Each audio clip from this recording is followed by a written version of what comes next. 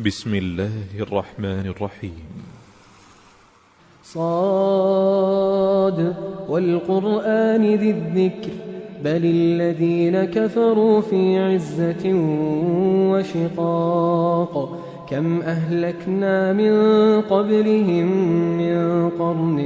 فنادوا ولا تحين مناص وعجبوا أن جاءهم منذر منهم وقال الكافرون هذا ساحر كذاب أجعل الآلهة إلها واحدا إن هذا لشيء عجاب وانطلق الملأ منهم أن امشوا واصبروا على آلهتكم إن هذا لشيء يراد ما سمعنا بهذا في الملة الآخرة إن هذا إلا اختلاق أأنزل عليه الذكر من بيننا بل هم في شك من ذكري بل لما يذوقوا عذاب أم عندهم خزائن رحمة ربك العزيز الوهاب أم لهم ملك السماوات والأرض وما بينهما فليرتقوا في الأسباب جند ما هنالك مهزوم من الأحزاب كذبت قبلهم قوم نوح وعاد وفرعون ذو الأوتاد وثمود وقوم لوط وأصحاب الأيكة أولئك الأحزاب إن كل إلا كذب الرسل فحق عقاب وما ينظر هؤلاء إلا صيحة واحدة ما لها من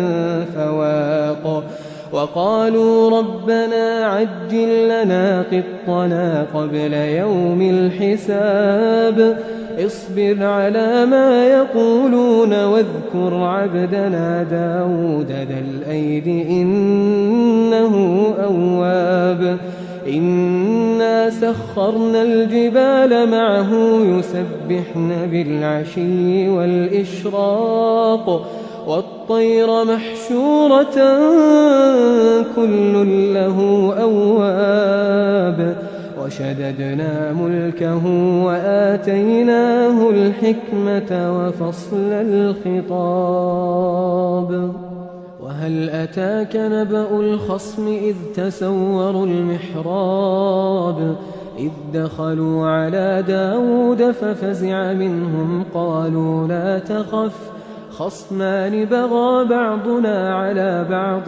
فاحكم بيننا بالحق ولا تشطط واهدنا إلى سواء الصراط إن هذا أخي له 99 نعجة ولي نعجة واحدة فقال أكفلنيها وعزني في الخطاب قال لقد ظلمك بسؤال نعجتك إلى نعاجه وإن كثيرا من الخلطاء ليبغي بعضهم على بعض إلا الذين آمنوا وعملوا الصالحات وقليل ما هم وظن داود أنما فتناه فاستغفر ربه وخر راكعا وأناب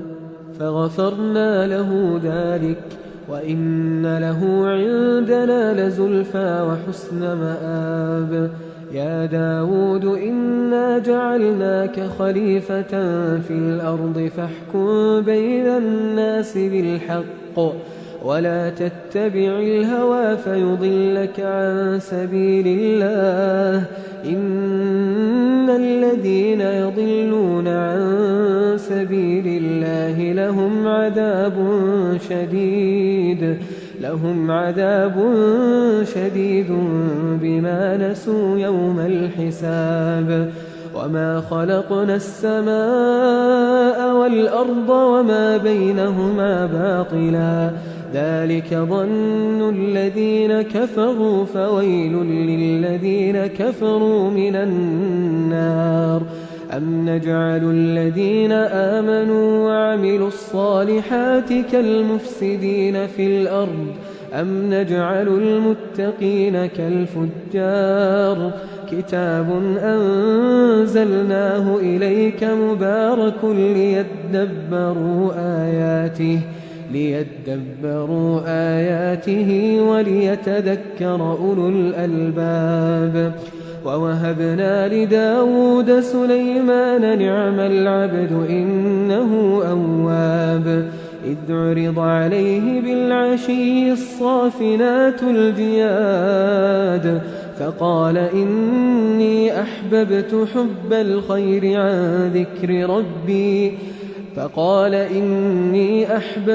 حب الخير عن ذكر ربي حتى توارت بالحجاب ردوها علي فطفق مسحا بالسوق والأعناق ولقد فتنا سليمان وألقينا على كرسيه جسدا ثم أناب قال رب اغفر لي وهب لي ملكا لا ينبغي لأحد من بعدي إنك أنت الوهاب فسخرنا له الريح تجري بأمره رخاء حيث أصاب والشياطين كل بناء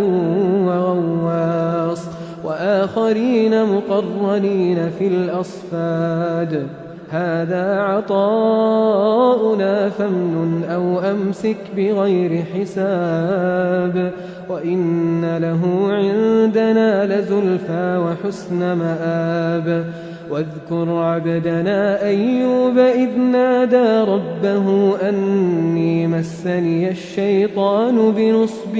وعذاب اركض برجلك هذا مغتسل بارد وشراب ووهبنا له أهله ومثلهم معهم رحمة منا وذكرى لأولي الألباب وخذ بيدك ضغثا فاضرب به ولا تحنث إنا وجدناه صابرا نعم العبد إنه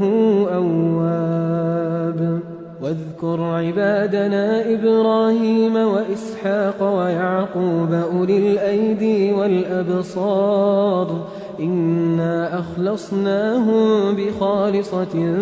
ذكر الدار وإنهم عندنا لمن المصطفين الأخيار واذكر إسماعيل واليسع وذا الكفل وكل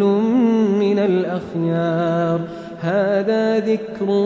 وإن للمتقين لحسن مآب جنات عدن مفتحة لهم الأبواب متكئين فيها يدعون فيها بفاكهة كثيرة وشراب وعندهم قاصرات الطرف أتراب هذا ما توعدون ليوم الحساب إن هذا لرزقنا ما له من نفاد هذا وإن للطاغين لشر مآب جهنم يصلونها فبئس المهاد هذا فليذوقوه حميم وغساق وآخر من شكله أزواج هذا فوج مقتحم معكم لا مرحبا بهم إنهم صالوا النار قالوا بل أنتم لا مرحبا بكم أنتم قدمتموه لنا فبئس القرار قالوا ربنا من قدم لنا هذا فزده عذابا ضعفا في النار. وقالوا ما لنا لا نرى رجالا كنا نعدهم من الأشرار أتخذناهم سخريا أم زاغت عنهم الأبصار إن ذلك لحق تخاصم أهل النار. قل إنما أنا منذر وما من إله إلا الله الواحد القهار رب السماوات والأرض وما بينهما العزيز الغفار. قل هو نبأ عظيم أنتم عنه معرضون. ما كان لي من علم بالملأ الأعلى إذ يختصمون إن يوحى إلي إلا أنما أنا نذير مبين. إذ قال ربك للملائكة إني خالق بشرا من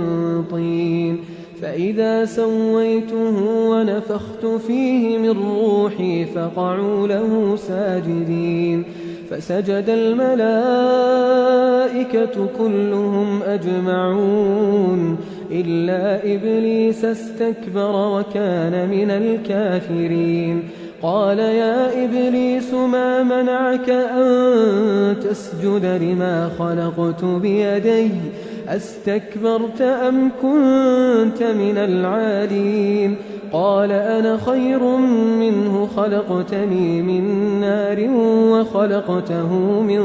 طين. قال فاخرج منها فإنك رجيم وإن عليك لعنتي إلى يوم الدين. قال رب فأنظرني إلى يوم يبعثون. قال فإنك من المنظرين إلى يوم الوقت المعلوم. قال فبعزتك لأغوينهم أجمعين إلا عبادك منهم المخلصين. قال فالحق والحق أقول لأملأن جهنم منك وممن تبعك منهم أجمعين. قل ما أسألكم عليه من أجر وما أنا من المتكلفين إن هو إلا ذكر للعالمين ولتعلمن نبأه بعد حين.